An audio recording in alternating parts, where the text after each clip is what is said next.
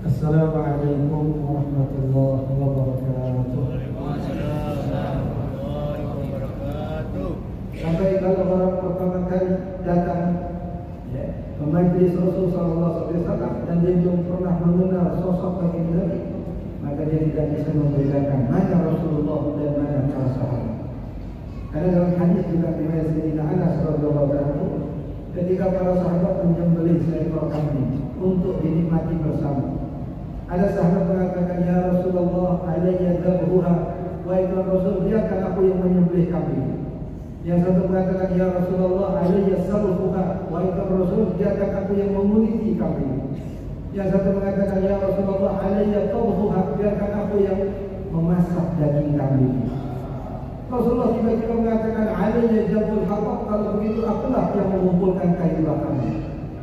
Mereka bilang, "Ya Rasulullah, laqad kafaina." Kami yang akan mencukupi semuanya. Tuhan duduk manis menikmati apa hasilnya. Sudah. Rasul menjawab, "Inni la uhibbu an atamayyaza bainakum." Aku tidak ingin diistimewakan. Aku tidak ingin dibedakan. Bagaimana masing-masing mengambil peran, Rasulullah pun juga ingin mengambil peran. Ini kalau bukan karena kerendahan hati bagi Nabi SAW yang Allah perintahkan kepada baginda Nabi dalam ayat Al-Quran, maka tidak ada deskripsi lain tentang akhlak yang agung melebihi seperti yang dicontohkan oleh baginda Nabi SAW. Sahabat Nabi Sayyidatuna Aisyah radhiyallahu taala anha pasti sosok yang paling mengerti, sosok yang paling paham, dan sosok yang paling mengenal tentang sosok baginda Nabi SAW. Ketika beliau mengatakan bahwa akhlak baginda Nabi adalah Al-Quran, beliau yang merasakan betul bagaimana Rasulullah SAW berada di dalam rumah. Ada 3 orang sahabat Nabi. Yang pertama Sayyidina Abdullah bin Amr bin As radhiyallahu ta'ala.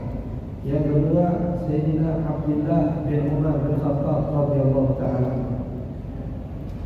Yang ketiga Sayyidina Imran bin Husain radhiyallahu ta'ala.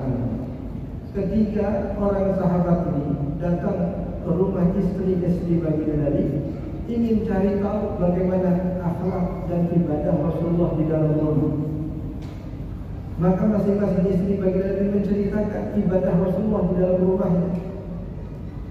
Mereka 3 orang sahabat ini menganggap bahwa ibadah baginda Nabi terlalu sedikit. Ka'annahum taqalluha, seakan-akan dalam pandangan mereka ibadah Rasulullah sedikit. Tapi mereka menyadari sedikit-sedikitnya ibadah Rasulullah, maka beliau mulia, tidak ada dosa, surga sudah pasti baginya.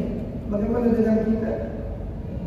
Maka mereka bertekad. Yang satu bertekad tidak akan menikah, karena menikah hanya akan menghambat aktivitas ibadah. Yang kedua bertekad untuk puasa sepanjang hari kecuali hari-hari yang diharamkan.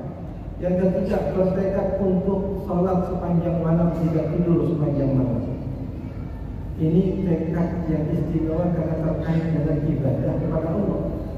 Rupa-rupanya tekad ini, semangat ini, sekaligus juga janji setia ini sampai ke telinga Rasulullah. Maka Rasulullah panggil 3 orang sahabat, diklarifikasi, ditabayunkan oleh baginda, betul kalian yang berkata begini. Mereka menjawab, "Na'am ya Rasulullah." Kata Nabi SAW, "Jangan lakukan." Kata baginda Nabi, "Indama aku mu'adana." Aku terkadang sholat malam, tapi aku juga terkadang tidur.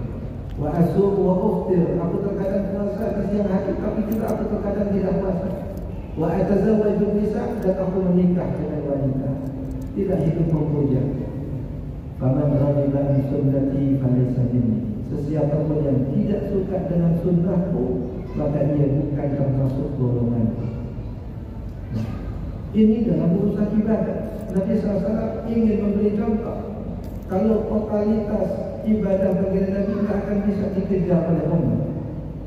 Beberapa orang sahabat pernah mengalami sekaligus juga merasakan betul bagaimana ketika Rasulullah SAW totalitas dalam ibadahnya, mereka tidak akan sanggup mengikutinya. Yang pertama dalam bab salat. Sayyidina Abdullah bin Mas'ud radhiyallahu ta'ala anhu bercerita, suatu malam aku pernah melihat Rasulullah sedang salat di dalam masjid. maka aku pun sholat di belakang beliau, sholat sunnah. Ya. Setelah Rasulullah membaca surat Al-Baqarah, surat Al-Fatihah di rakaat pertama, iftataha Al-Baqarah. Rasul menyambung dengan membaca surat Al-Baqarah. Kata Sayyidina Abdullah bin Mas'ud, mungkin Rasul akan rukuk pada 50 ayat pertama. Ternyata sambung. Mungkin Rasul akan rukuk pada 100 ayat yang pertama. Ternyata terus nyambung. Sampai selesai surat Al-Baqarah, mungkin selesai surat Al-Baqarah Rasulullah akan rukuk. Ternyata nyambung. Sampai 5 surat yang terpanjang dalam Al-Quran semua dibaca oleh Rasulullah dalam satu rakaat. Sayyidina Abdullah bin Mas'ud kemudian mengatakan, laqad hamamtu bi amrin su', sampai timbul keinginan buruk dalam hatiku. Apa keinginan buruk sholat di belakang tadi? Hamamtu an atrukahu, saya terniat untuk meninggalkan beliau. Lagi enggak kuat lama berdiri Rasulullah SAW di dalam salat. Yang kedua, dalam bab puasa, Rasulullah SAW melarang para sahabat untuk melakukan puasa wisal, puasa nyambung tanpa diselingi dengan berbuka. Hari ini puasa maghrib tidak berbuka, nyambung terus sampai keesokan harinya terus berpuasa sampai maghrib lagi. 2 hari berturut-turut tanpa diselingi dengan berbuka. Sahabat Nabi SAW mengetahui itu, mencontoh, mengikuti. Rasul melarang, jangan. Nah, Rasulullah SAW an-shaumi wisal. Rasul melarang kami untuk melakukan wisal. Tapi beberapa orang sahabat tetap bersikeras ingin melakukan puasa wisal. Kalau Rasulullah melakukannya, kenapa kami tidak melakukannya? Rasulullah SAW kemudian mengajak mereka, menguji mereka. Kalau memang itu keinginan kalian, silakan. Akhirnya mereka pun melakukan wisal, mengikuti Rasulullah. Baru 2 hari tumbang mereka. Baru 2 hari angkat tangan mereka dan sambut mengikuti Rasulullah. Rasulullah kemudian mengingatkan, lastu kahayatikum, innama abitu inda rabbi yudhimuni wa yasqi.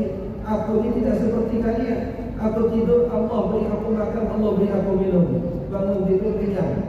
Kalian bangun tidur disuruh apa? Itu dalam bab ibadah.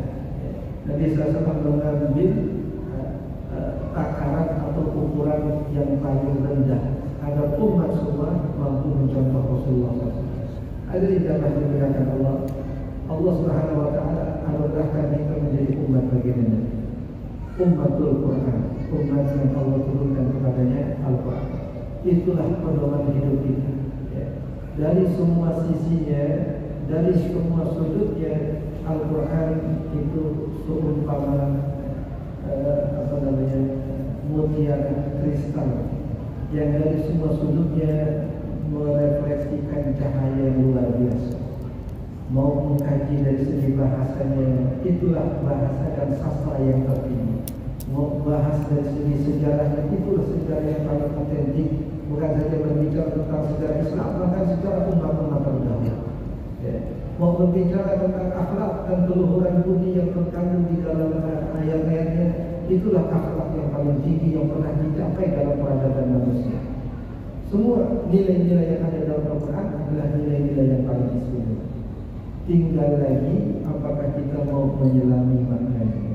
Tinggal lagi apakah kita mau mentadaburi ayat-ayatnya. Tinggal lagi apakah kita mau mengamalkan isinya.